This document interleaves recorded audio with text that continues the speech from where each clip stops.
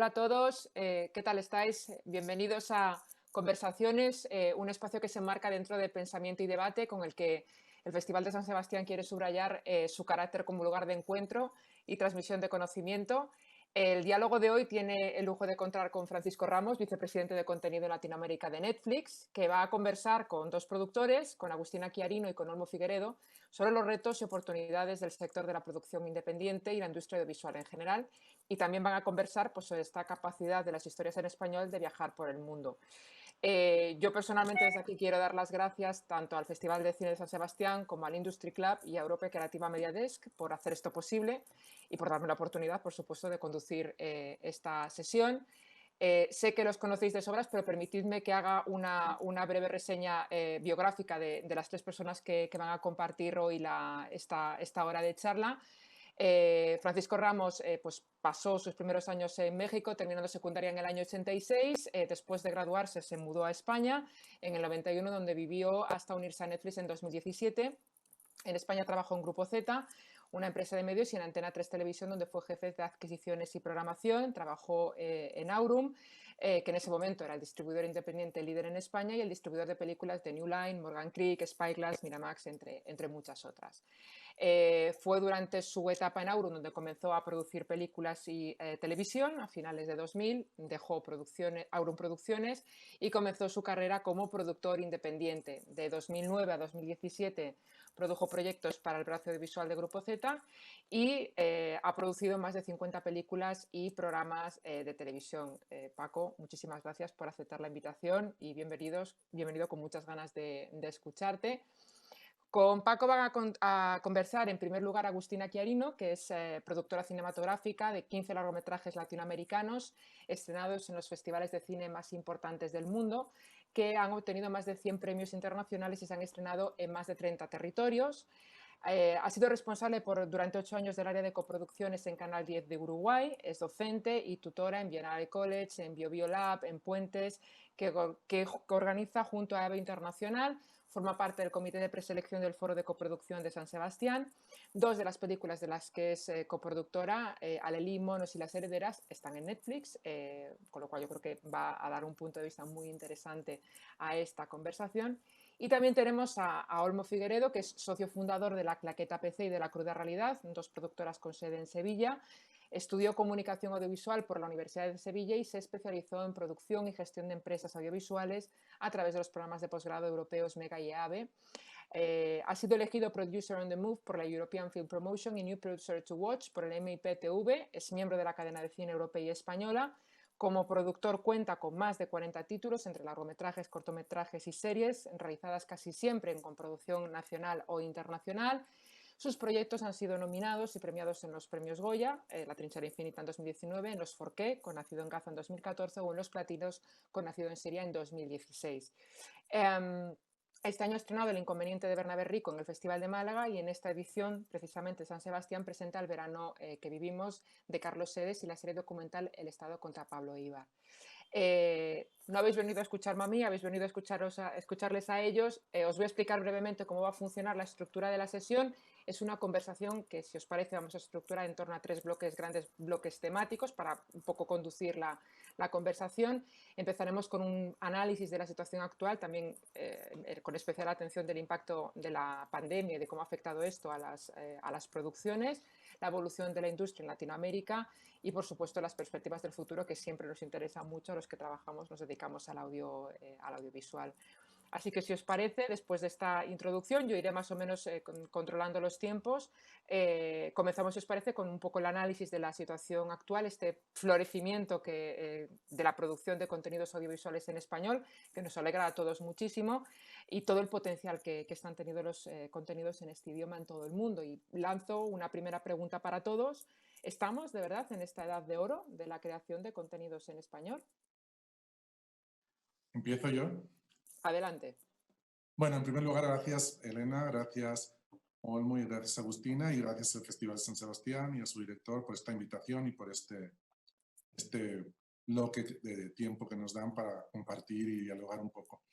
Yo primero quisiera decir que creo que la edad de oro del relato en español, del relato en castellano, empezó hace más de 500 años con Cervantes, y entonces a partir de ahí creo que es un idioma tan vehicular en que une tantas civilizaciones o tantas culturas a través de Latinoamérica evidentemente de España, y con tanta conexión con la cuenca mediterránea, etcétera, que creo que evidentemente ahora con las propuestas de todos los países de Latinoamérica de contenido en español, sí estamos pasando un momento en el cual estamos destrozando o estamos destruyendo una barrera consolidada de que lo español es para España, lo mexicano para México, lo uruguayo para Uruguay o lo chileno para Chile. Creo que la cultura o lo que nos vehiculiza, lo que nos unifica es nuestro idioma y trazos culturales sustanciales muy importantes, al margen de que cada país tiene luego su cultura muy potente. O sea que creo que sí, que es una oportunidad increíble y que estamos pasando un momento para lo castellano, para lo español, muy importante. No sé qué opináis, Agus, Olmo. Bueno, mira, creo que es un momento de muchas oportunidades. A nivel global está cambiando muchísimo, como sabemos, la distribución, las formas de producir, y eso conlleva también a que se abran nuevas puertas para poder producir de otra manera o para generar nuevos contenidos.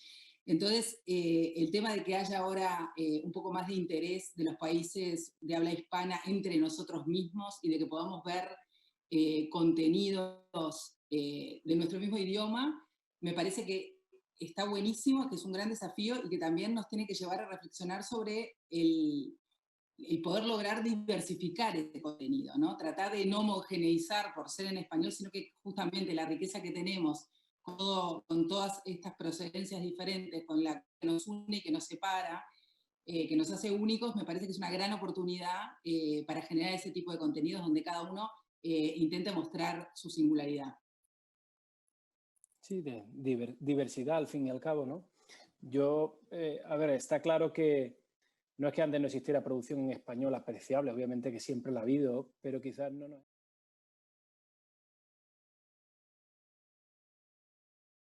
Tremendamente excepcionales. Yo creo que la irrupción de las plataformas, pero principalmente de Netflix, ha llevado a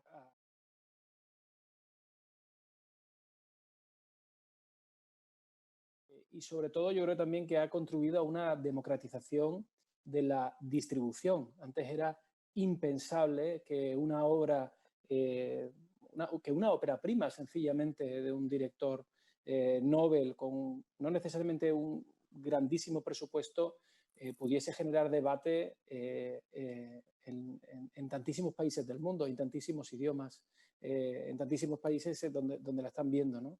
Yo creo que eso es algo que es fundamental, que nos ha cambiado a todos y que te hace pensar también desde el mismo momento en el que estás concibiendo y creando la propia obra de cómo puede ser percibida en todos esos sitios, ¿no?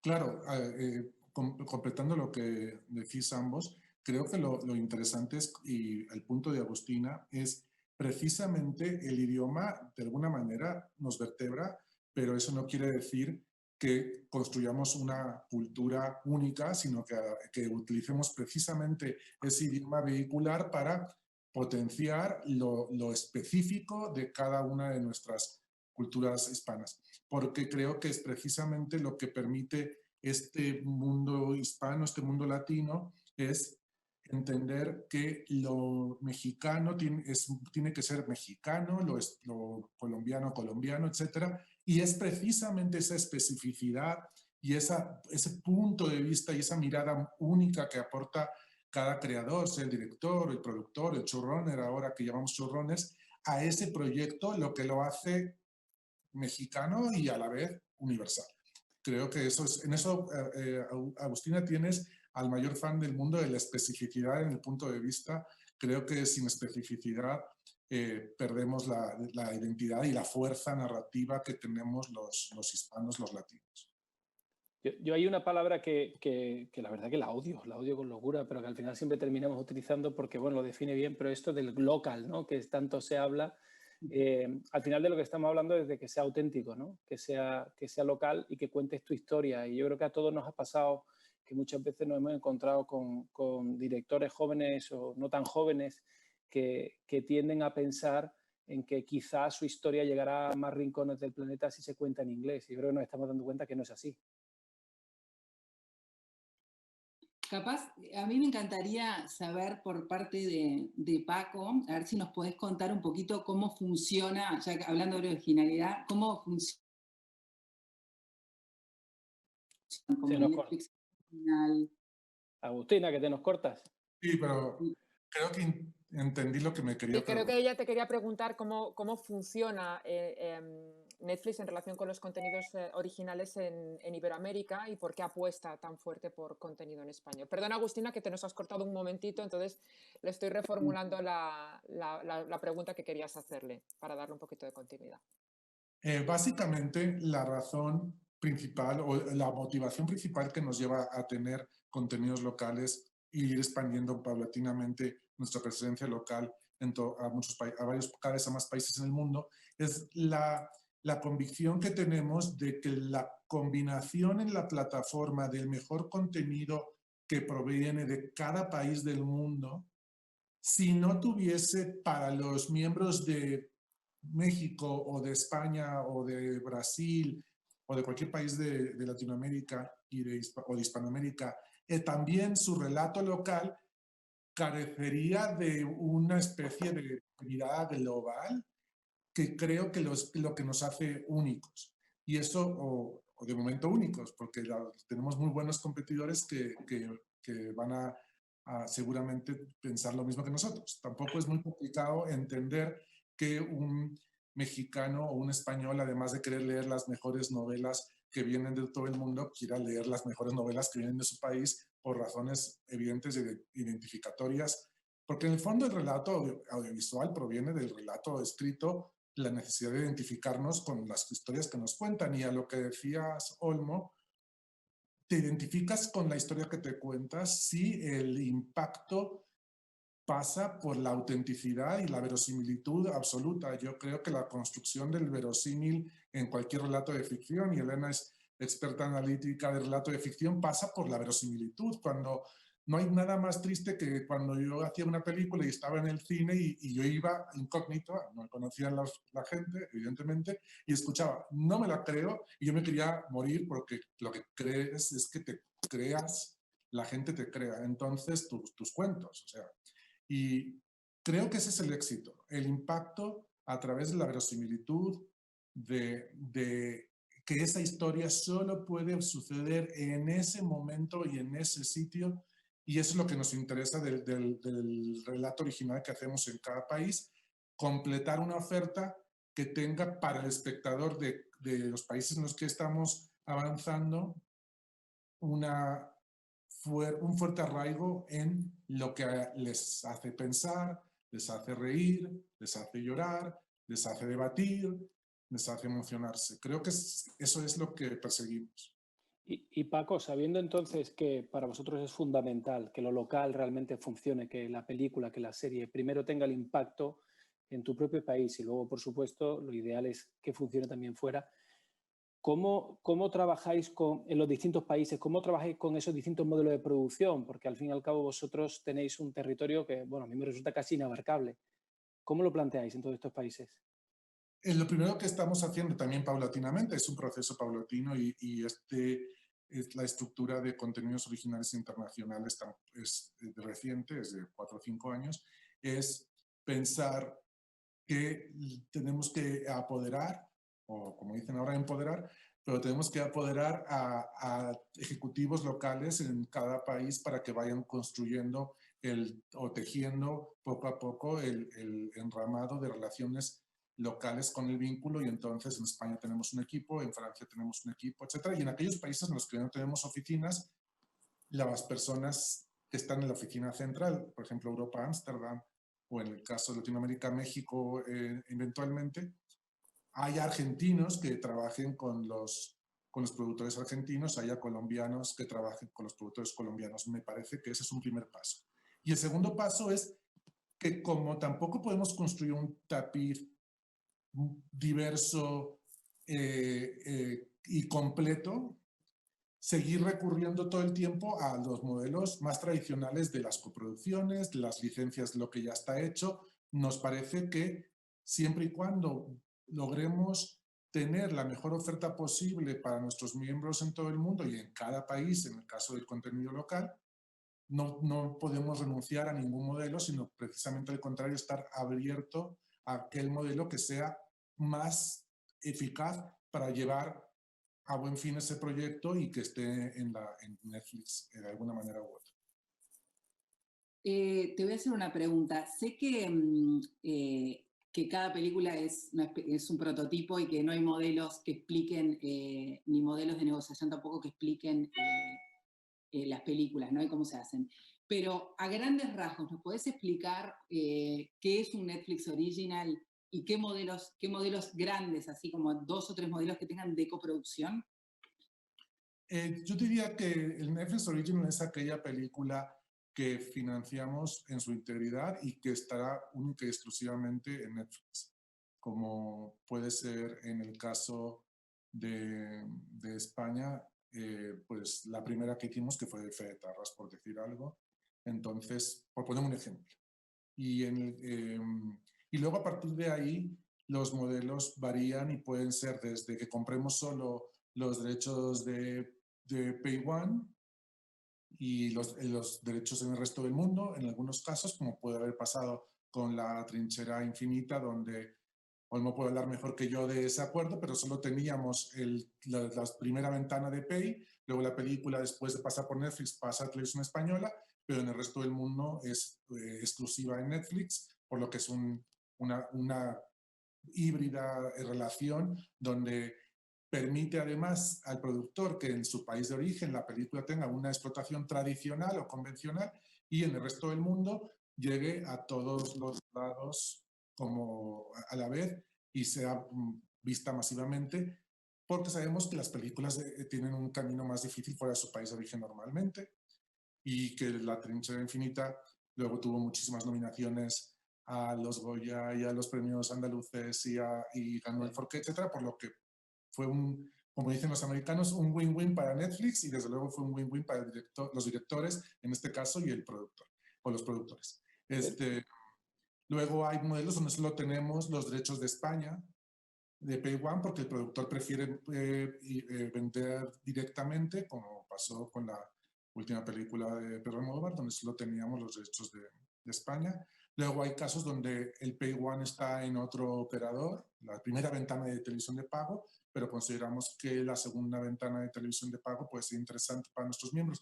No, por eso te decía que no cerramos, pero yo sí pensara, como productor, pensaría en grandes líneas que lo que nos puede interesar más es que tu película esté en Netflix, dependiendo del país de origen, la primera ventana de Pay en nosotros para que cuanto antes llegue a nuestros miembros, ya sea original, evidentemente supliendo la ventana de cine, o si no es original, como La Trinchera Infinita, pues cuanto antes, después de que se estrenen en salas, pueda disfrutarla los miembros de Netflix, es mejor, creo, para nuestros miembros y desde luego para la viajabilidad y el impacto cultural que tiene esa película en la multiplicación de personas que la pueden ver sumando a la ventana de cine, a la ventana de home video, la ventana de Netflix a nivel mundial.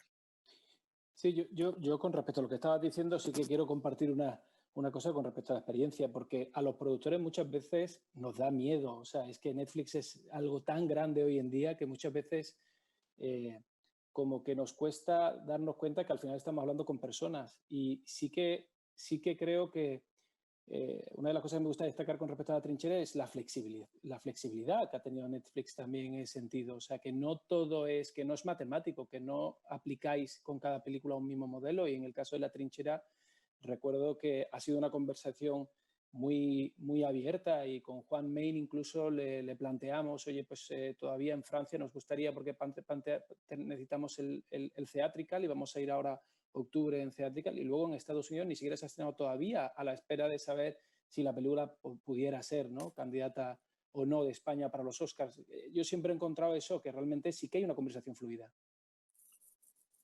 Por eso insisto que tener a los ejecutivos que están involucrados emocional y socioculturalmente con el caldo de cultivo de la producción en los países, teniendo, en el caso del cine, teniendo a Juan Main y a Teresa Moneo en España dedicados prácticamente su trabajo es hablar con todos vosotros todo el tiempo que haga falta y sabes tú que te contestan el teléfono y que te dicen sí, que te dicen no.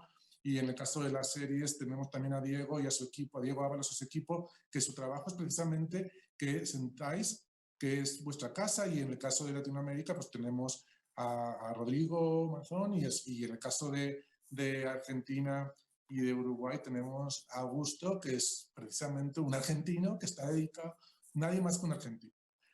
Dicho esto, no siempre vamos a encontrar el acuerdo, por la razón que sea en cada caso, pero la intención es encontrar el acuerdo.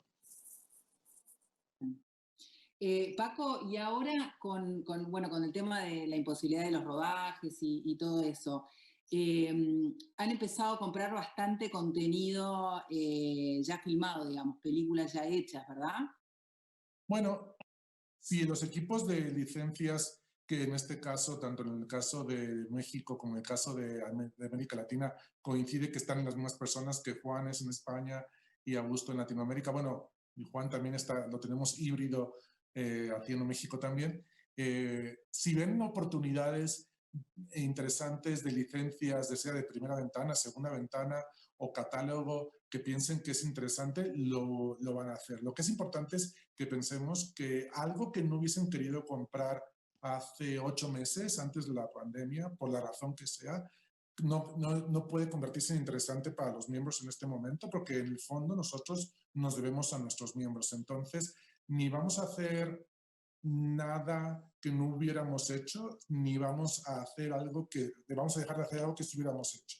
Creo que eso es importante porque creo que la coyuntura es, valga la redundancia y me van a reñir los lingüistas, pero la coyuntura es coyuntural y tenemos que seguir pensando cuál es la mejor oferta para los miembros. Pero la licencia es interesantísima. A mí me parece que la licencia de contenidos de vuestros catálogos, lo que ya habéis producido en el pasado, es interesantísimo para continuar completando una programación diversa y compleja y que tenga también temporalidades distintas, porque la temporalidad también aporta distinta razón de por cuál se hizo esa película o esa serie hace 10 años y nos permite vernos a nosotros mismos 10 años después o 15 años después. Revisitar películas de hace 15, 20 o 50 años me parece increíble. Ahora que me he mudado a México, de repente veo que en el catálogo de Netflix de Latinoamérica tenemos cosas que no tenemos en el por razones de ventanas y de derechos en el de Estados Unidos, y estoy emocionado porque el máster del Padrino en Netflix Latinoamérica está increíble y me las he visto otra vez. Y de repente el otro día recibí una recomendación: no dejes de ver El Padrino 2, y me da ganas de decir gracias por avisarme que existe El Padrino 2, pero en cualquier caso creo que el catálogo, Agustina, es un negocio interesante, porque para que tu relación con Netflix como miembro sea más, en algunos casos más compleja, más diversa, más contradictoria por el paso del tiempo. No, y además un poco refuerza lo que veníamos hablando de eso de las distintas identidades, o sea, es como conocer un poquito de la historia de lo que nos rodea, digamos, ¿no? Tener un poquitito de perspectiva hacia atrás. Claro, y muchas veces me pregunto, si este director estuviera hoy con lo que ha avanzado su vida como persona y como director o como directora, y con lo que ha avanzado el mundo, si estuviera dirigiendo esta película o este mismo guión, lo dirigiera hoy en lugar de hace 20 años, por ejemplo, por decir qué diferente sería la película porque las personas avanzan y el mundo avanzó tanto en estos 20, 30 años últimos, sobre todo. Si tú ves películas de los 40 con respecto a los 60, sí, el contexto era distinto, pero el lenguaje audiovisual no, pero el lenguaje audiovisual en los últimos 20, 30 años ha avanzado impresionantemente. Me gustaría, si os parece, ya para cerrar este bloque, Paco, tú has hablado de la coyuntura, que es coyuntural, pero la coyuntura nos ha afectado y mucho. Ha sido especialmente benévola para las plataformas de streaming en general, para Netflix en particular, que tuvo una fantástica unos fantásticos resultados tanto en volumen de horas de consumo como en número de suscriptores, tuvo un repunte significativo en el segundo trimestre. Y un poco que valores tú si crees que ese aumento en número de suscripciones, a pesar de que incluso vosotros mismos admitíais que era una cosa coyuntural, que era previsible que la situación tuviese una contracción cuando todo esto evolucione, pero tampoco parece que esto vaya a suceder a medio plazo por los motivos que todos conocemos. ¿Crees que este aumento de suscriptores supone una mayor diversidad de audiencia y cómo ves el medio plazo, ¿no? el final 2020, 2021 a consecuencia de esta situación? Evidentemente, tanto la televisión de plataformas como la televisión de pago tradicional, los canales de cable y los canales en abierto vieron una multiplicación de las horas que la gente consumía televisión al día. Es obvio, no voy a explicarlo porque creo que todo el mundo lo entendería. Y nosotros sí que tuvimos un crecimiento que no esperábamos o que no estaba previsto. Yo no soy experto en números, creo que la gente que me conoce sabe de esto, pero distinta a la que fue, pero creo que el tiempo lo irá relativizando y poniendo en orden. Lo que sí supone esto es que evidentemente durante este tiempo se han construido vínculos de conectividad humana a través del contenido que me parecen súper interesantes, porque a la gente, yo por lo menos lo percibo en mis círculos cercanos, ¿no? Íntimos, con círculos íntimos a lo diario, pero cercanos, donde de repente han empezado a descubrir cosas de otros países, y ya no solo hablamos de Latinoamérica viendo contenidos latinoamericanos o españoles, sino de otros países, y me parece que la diversidad, el poder descubrir cosas que vienen de otros sitios va a ser súper interesante. Para nosotros el tema ha sido que afortunadamente, como producimos y lanzamos las series, las originales en temporadas completas, pues teníamos más o menos resuelta nuestra programación, y que más como producimos en casi todos los continentes y regiones del mundo, pues los que empezaron antes los problemas de la pandemia los han podido volver a empezar a producir antes, etcétera, etcétera. Y en este momento ya estamos de vuelta a producir en muchísimos países en todo el mundo, incluidos España y México. Uh-huh.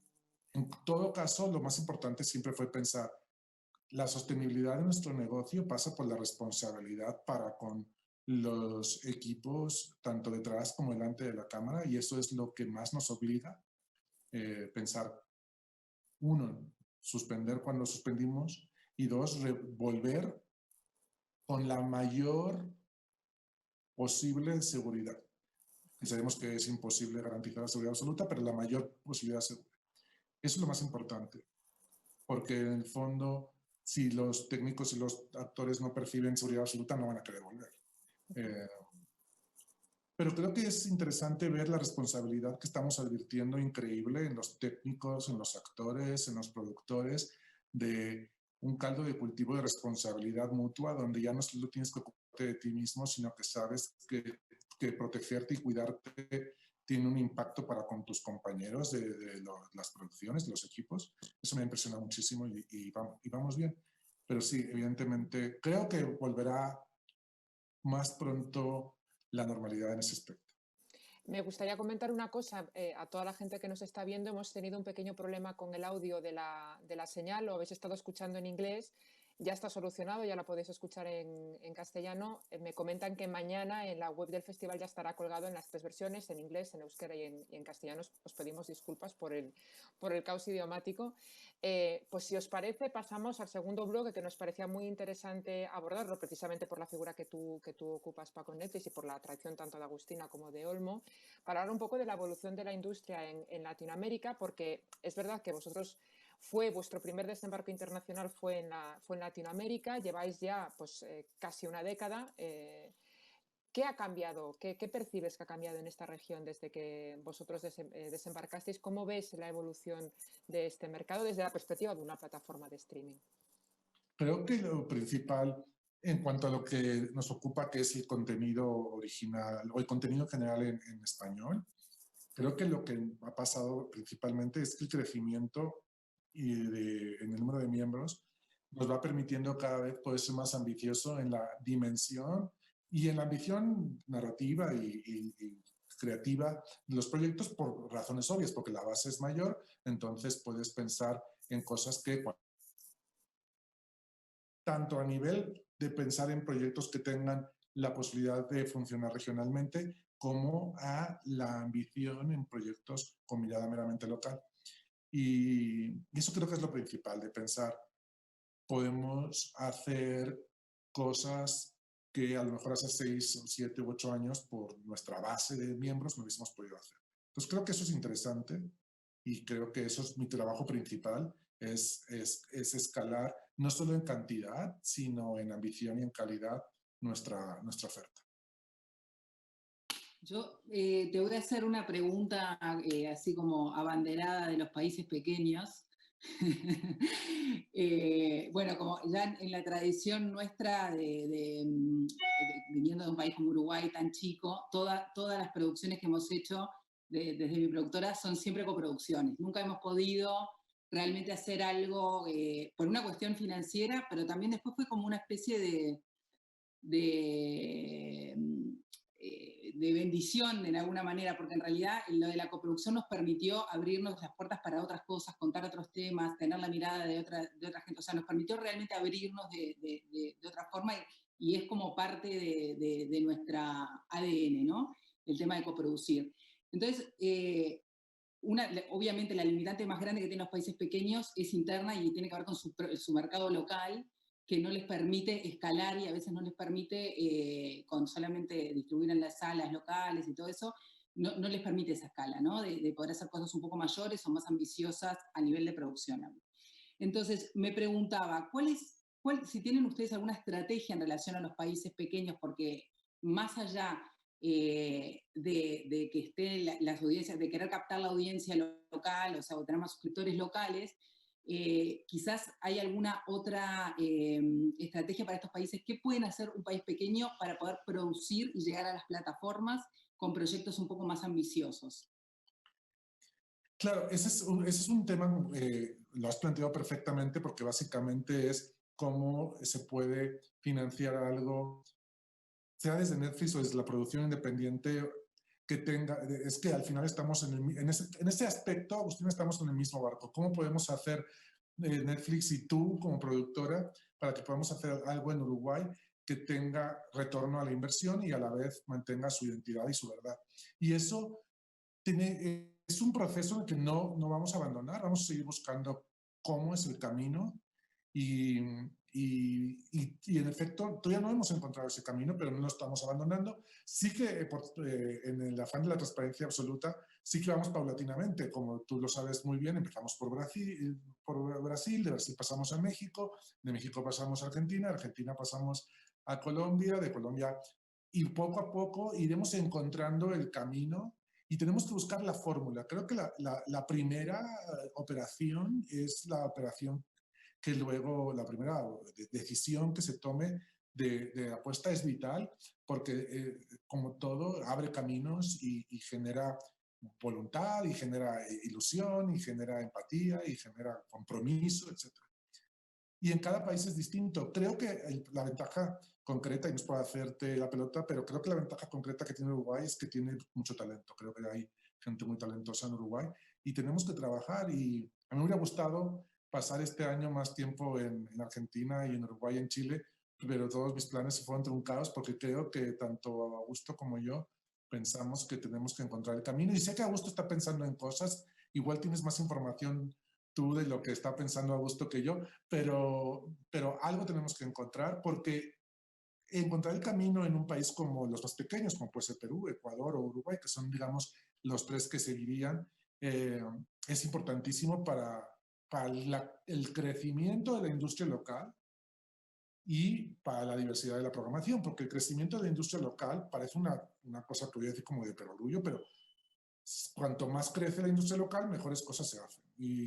Y entonces decimos, la primera apuesta lleva a la segunda. Yo siempre les digo, cuando daba clases en la SCAC y eso, decía, no estéis pensando en la segunda película, pensad en la primera, porque para poder hacer la segunda, primero tenéis que hacer la primera. Luego a veces los estudiantes te dicen, y es que después quiero hacerla, y digo, no, la segunda no. Pues aquí tenemos que empezar por pensar cómo es la primera operación que hacemos en cada país pequeño, porque la pequeñez geográfica no va de la mano de la pequeñez creativa. Creo que eso no tiene nada que ver. Hay directores en países pequeñísimos, en todo el mundo, que son impresionantes y productores llenos de ideas y de talento en todo el mundo. Vamos a trabajar en ello, te lo prometo. O sea, me comprometo con... No, ¿sabés que capaz que una de las pistas que pueden ser también es porque todo el mundo piensa como en las series o en cosas más grandes y de repente el camino para los países más pequeños es justamente la película, o sea, más individual, o sea, un camino que es un poco más moderado para escalar también, porque lo que vos decís, la creatividad está, pero a veces falta también esa industria que apoye atrás, los técnicos que tengan el nivel suficiente, o sea, hay un montón de cosas que se tienen que desarrollar paralelamente con... Claro, y buscar además dónde está la fortaleza de la industria audiovisual de cada país, porque creo que hay, por ejemplo, en Chile hacen unas comedias maravillosas, como sabes bien, entonces a lo mejor, pero las comedias chilenas no viajan fuera de Chile. Cada país tiene su particularidad y su peculiaridad, y creo que es por ahí donde, ¿cuál es la fortaleza de cada país? Creo que es el equipo, tenemos que trabajar desde nuestro lado en identificar cuáles son las fortalezas de cada país. Ya hemos tomado el riesgo de la primera serie portuguesa y llegará, te lo prometo que llegará. Bien. Paco, antes hablabas del crecimiento de la industria local y lo importante al fin y al cabo que es para Netflix. Hace un año, creo que ya hace un año, ¿no? que presentasteis vuestros primeros estudios aquí en Madrid, con la Madrid Content City. Yo quería preguntaros, ¿cuál es el impacto, cuál es la valoración que vosotros hacéis de esta irrupción en cuanto a estudios y luego saber qué otros planes tenéis con respecto a si vais a ampliar esa red de estudios fuera de Madrid, en España, pero también en otros países de Latinoamérica?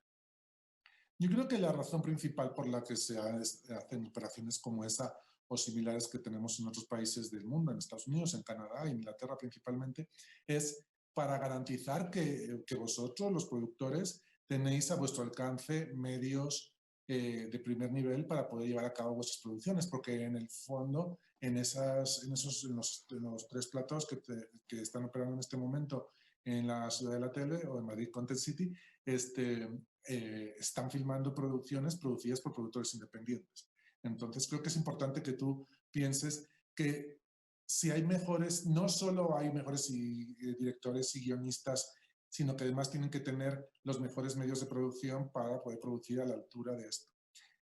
En cada caso, en cuanto preguntas sobre la expansión, en cada caso lo valora el equipo de medios de producción y deciden, de la mano de los equipos de contenidos, si es interesante apostar por eso, pero creemos que lo importante es eso, que se garanticen medios de producción de primer nivel paulatinamente. Y creo que en España está bien tener más platós y más platós. Creo que es bueno porque se vaya convirtiendo España en un país de recuperar esa cosa de producción de muy buena calidad a muy buenos costes en general en España históricamente Madrid y Barcelona han producido mucho, pero ahora Sevilla también está produciendo mucho.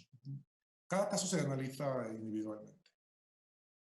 Y bueno, ya que estamos hablando de estudios, de vuestros primeros estudios, también el año pasado, es que claro, en Netflix, es que claro, uno echa la vista atrás y hace 6 años Netflix no había llegado a España y la rapidez con la que ha tenido la penetración aquí en España y en todo el mundo ha sido tremenda, ¿no? Pero ya el año pasado estábamos viendo que Netflix había adquirido su primera sala de cine en Nueva York. Ahora este mes, no sé si ha sido en mayo, cuando habéis comprado también el Egyptian de Los Ángeles. Esta estrategia también ¿qué conocimiento tienes sobre la estrategia de Netflix con respecto a continuar esa estrategia de compra o adquisición de salas de cine tanto para España, Europa o América Latina? No me consta que en este momento estemos pensándolo, pero también como lo de los estudios no lo descartamos, concretamente en España, quiero decir. No lo descartamos, pero tampoco es nuestro negocio central. Nuestro negocio central es producir, pero cada caso se considera producir y luego emitirlo a nuestros miembros, quiero decir. Cada caso se considera individualmente por los equipos de prensa, de comunicación, etc. Hay un tema, antes hablamos de la flexibilización, ¿no? Y que realmente la comunicación como solo es muy fluida pero sí que muchas veces ocurre hablando con compañeros que quizás una de las dudas que existe con respecto a Netflix y las películas que en un momento dado podemos vender a Netflix es qué va a pasar con la estrategia, no solamente de salas, sino sobre todo en festivales, ¿no? Es decir, bueno, pues sabemos que aquí en Primera Ventana, en España, sí que vamos al Theatrical y vamos a salas de cine fácilmente, pero en el resto del mundo muchas veces, digamos, como Netflix quiere estrenar tan pronto, a veces no nos da la posibilidad de hacer una estrategia en festivales de cine que, en la opinión de muchos de nosotros, creemos que también puede ayudar a que tenga más repercusión, más visibilidad, bueno, pues todo lo que es el paso por festivales. ¿Vais a seguir con la misma estrategia, es decir, de que cuanto antes esté a la mano del espectador, o planteáis algún formato híbrido en el que también pudiese tener paso por algunos ciertos festivales? Creo que en el caso de aquellas películas que son estrictamente originales, la mayor forma de que los miembros de Netflix se vean de alguna manera beneficiados de aquella película es llevarla a la pantalla de Netflix cuanto antes. Dicho esto, lo hemos visto y lo comentabas antes con La Trinchera Infinita, que se buscan excepciones todo el tiempo, pero creo que son excepciones individuales y que no se puede generalizar porque si se crean falsas expectativas. Y creo que lo importante es pensar si en ese caso, cuál es la fórmula adecuada para la película. Nosotros no tenemos nada en contra de los festivales, al contrario, pero creemos que si la película se está financiando absolutamente, de alguna manera nos debemos a nuestros miembros, pues por razones obvias hemos utilizado su dinero para para poder financiar la película y producirla. Si os parece bien, más o menos, por seguir un poco con los horarios y que nos dé tiempo a tratar el último bloque, que creo que a todos nos parece muy relevante, que es reflexionar sobre el futuro, sobre las oportunidades, las perspectivas que tienen los creadores a la hora de contar historias. Quizás, si os parece, abrimos este melón. Yo te lanzo la primera pregunta general, un poco la valoración, pero os pido que todos aportéis porque me parece que es muy importante el punto de vista. Si creéis de verdad que el contenido en español ha ganado influencia real, más allá de la popularidad, que sabemos que es verdad, que está circulando mucho más el contenido español, pero si creéis que está ganando influencia y está ganando audiencia, una audiencia creciente alrededor del mundo, ¿y cómo veis ese sacar de pecho que está teniendo el contenido español frente al contenido de Hollywood, que es el que durante mucho tiempo pues, ha dominado, ¿no? Gran parte, sobre todo de la distribución digital? ¿Qué opináis al respecto? Bueno, yo creo que lo primero que se está de alguna manera deshaciendo, desmoronando, es el prejuicio no es prejuicio, es una consolidación histórica de que el contenido anglosajón, el contenido americano más específicamente, es el único que tiene universalidad y que luego el contenido de cada país es local. Entonces, creo que eso, y no solo estamos hablando de que eso es un positivo para el contenido hispano, es una cosa que favorece el contenido de cualquier parte del mundo, etc. Es evidente que el idioma no es una barrera, sino que lo que es una barrera es la ambición y la calidad de las cosas que se hacen y la mirada y la diversidad y la complejidad y la contradicción en el punto de vista que construye relatos complementarios, etc. Creo que ese es mi punto de vista personal y es la razón por la que me apasiona Netflix, me vine a Netflix porque me parecía, como decía Olmo antes, que democratizan las plataformas de alguna manera la accesibilidad al contenido. Me parecía súper interesante. ¿Qué opináis vosotros, Agus y Olmo, sobre la influencia del contenido en español? ¿Veis esa influencia como real? ¿Se está creando una demanda real de contenido en español? Sí, yo creo que nos está... Bueno, a nosotros nos gusta vernos, ¿no? Hay un gran problema también en el cine latinoamericano con el español, en realidad, que tenía que ver con el tema de la distribución, de que no llegaban las películas de nuestros propios vecinos a verse. Eso pasa todo el tiempo. En las salas de cine no tenés casi acceso a películas de tu continente o de habla hispana. Te llegan películas más europeas, obviamente de Hollywood todas.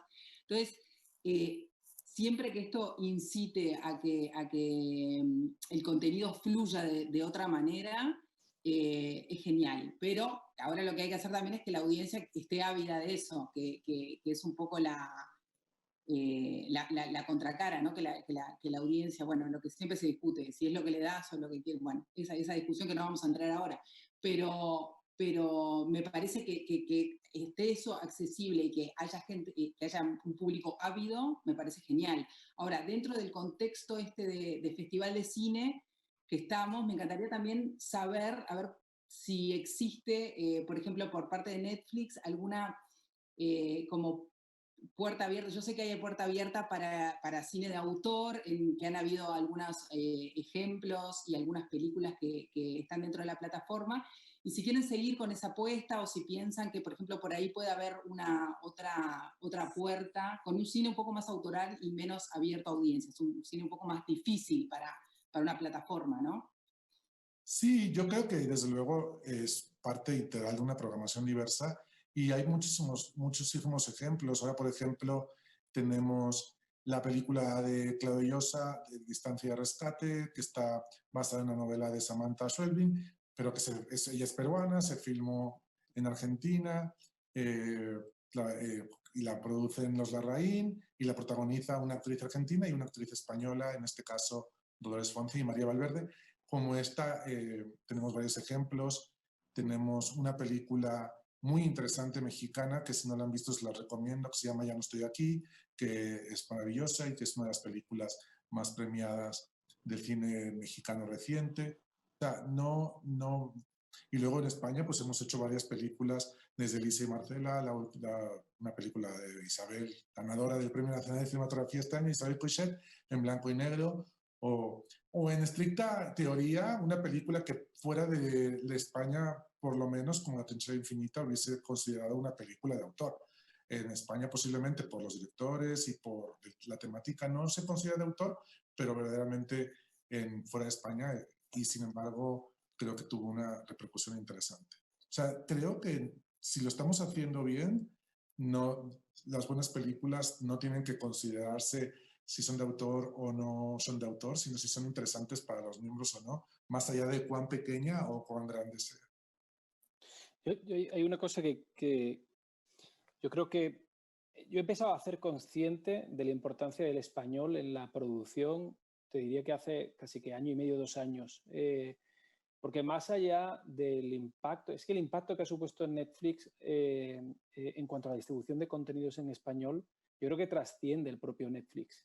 Y eso es lo que estoy empezando a percibir cada vez que voy a mercados. Lo que quiero decir es que más allá de La Casa de Papel, más allá de Élite, más allá de que ciertas películas sean adquiridas por Netflix o participadas y tengan una distribución mundial como puede ser La Trinchera Infinita, a mí lo que me ocurre es que, y antes no me ocurría, es que cuando voy a Berlín, cuando voy a un Cannes, si llevo un proyecto que probablemente no case del todo con Netflix, puede que sí o puede que no, pero me resulta mucho más fácil plantear una coproducción europea a otros países siendo el idioma original el español, porque ellos ya entienden que esa marca de que es contenido en español, esté en Netflix o no, esa puerta ya se ha abierto y por tanto puede tener un potencial de venta mucho mayor. Y eso es algo que a nosotros nos está ayudando muchísimo, sea un cine más de autor o sea un cine que vaya directo a plataforma o no. Ha sido, yo creo, un cambio total en esa estrategia. También nos está pasando de películas que vienen buscando precisamente España, porque son películas que pueden tener en un momento dado, pueden ubicarse en distintos países del sur y buscan precisamente España, buscando ese contenido en español y esas puertas que se te abren ante tantísimos millones de potenciales espectadores, ¿no?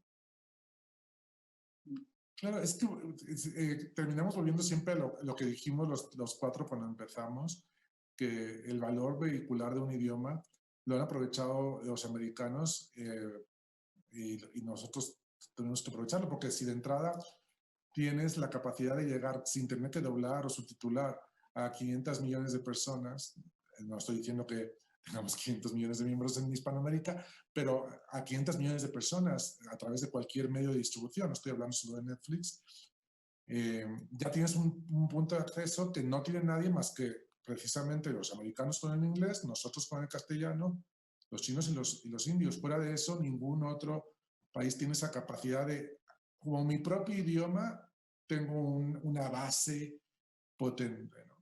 Pero volviendo también a lo que dices ahora, y lo que decía Agustina en su primera intervención, sin perder jamás la mirada específica de por qué esa película, por qué La Trinchera Infinita solo puede pasar en España en ese momento en el que pasa y no podría pasar en ningún otro sitio, porque no podría pasar en ningún otro sitio lo que pasó en España en la guerra civil y la posguerra.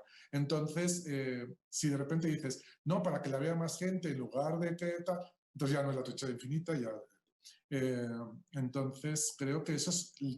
Y creo que lo que a los latinos les interesó de la película es precisamente eso y precisamente los puntos de conexión, porque en prácticamente todos los países de Latinoamérica, posiblemente en todos, hemos vivido dictaduras, guerras civiles y posguerras, por lo que el proceso identificatorio es mucho más amplio cuando de repente dices la dictadura de Argentina, la dictadura también existió y el cine de la dictadura argentino históricamente viajó por toda Latinoamérica y viajó a España con muchísima fuerza. La historia oficial viajó por todo el mundo y ganó un Oscar. Entonces, creo que pero la historia oficial solo puede pasar en Argentina, porque solo en Argentina pasaba lo que pasaba con los hijos Entonces, volvemos a lo mismo.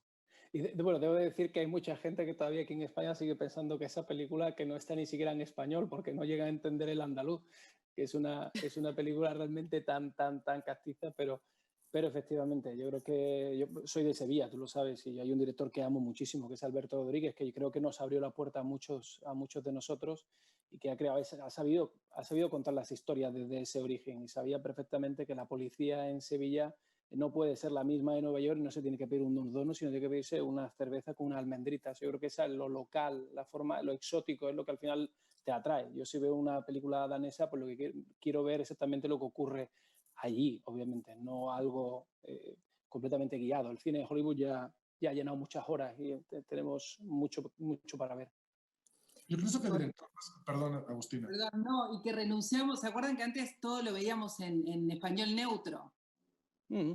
Era una pesadilla el español neutro, porque no era nada, era algo que no era nada, no te llevaba a ningún lado. En cambio ahora estamos viendo las lenguas de verdad, los modismos, eso que le da frescura, ¿no? Porque lo otro es muy acartonado, es una cosa que no tiene autenticidad.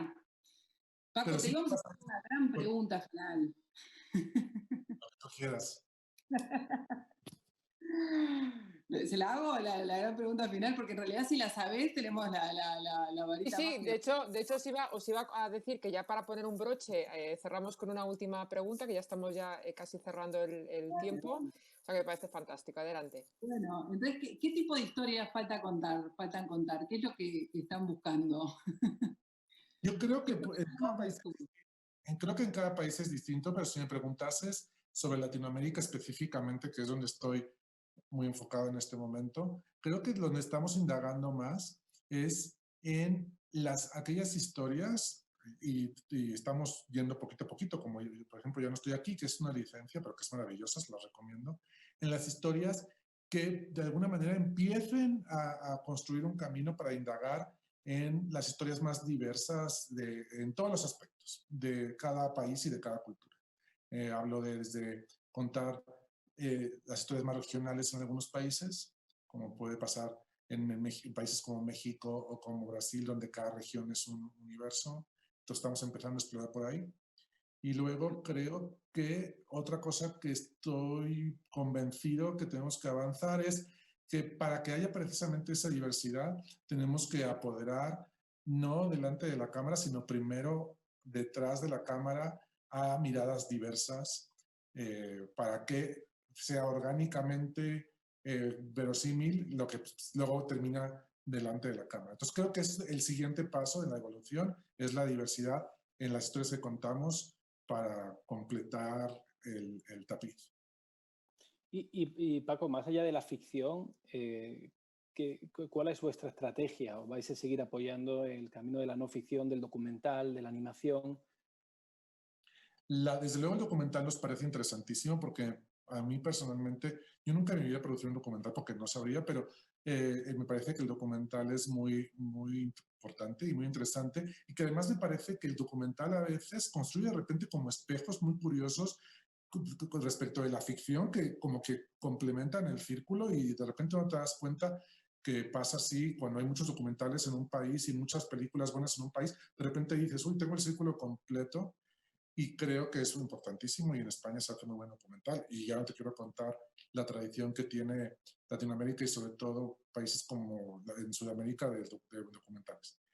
Creo que a mí también me parece interesantísimo a nivel personal, y es un negocio que yo también desconozco y no sabría cómo hacer, que es el del stand-up, los especiales de comedia, porque me parece que los comediantes, los cómicos, o como los stand-uperos, como decimos en México, tienen una capacidad muy buena de oler lo que está pasando en las calles de sus países o de sus ciudades, y como es muy inmediata la capacidad de llevar un stand-up a la pantalla, creo que también nos permite completar el tapiz.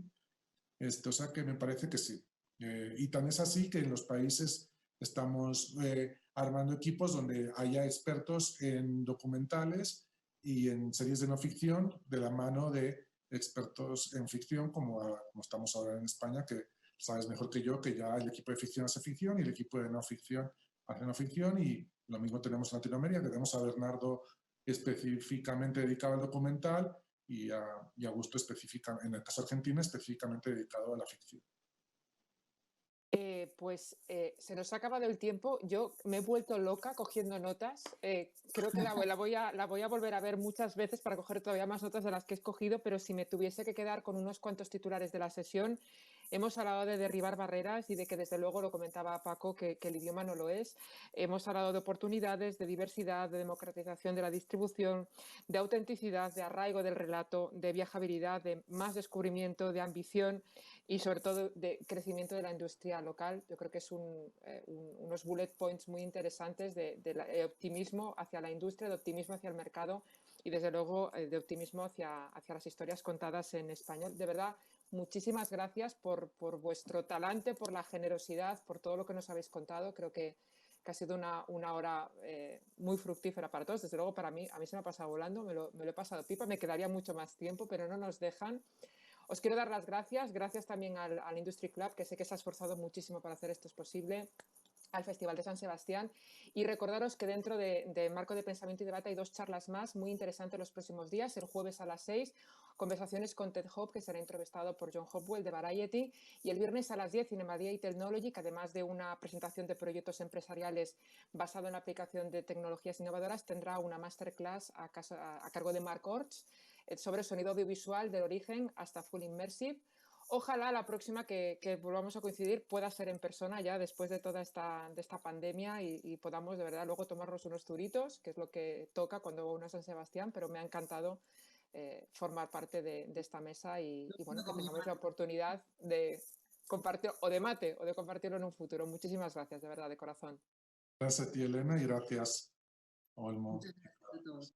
Gracias. Gracias a todos. Muchas gracias. Adiós. Chao.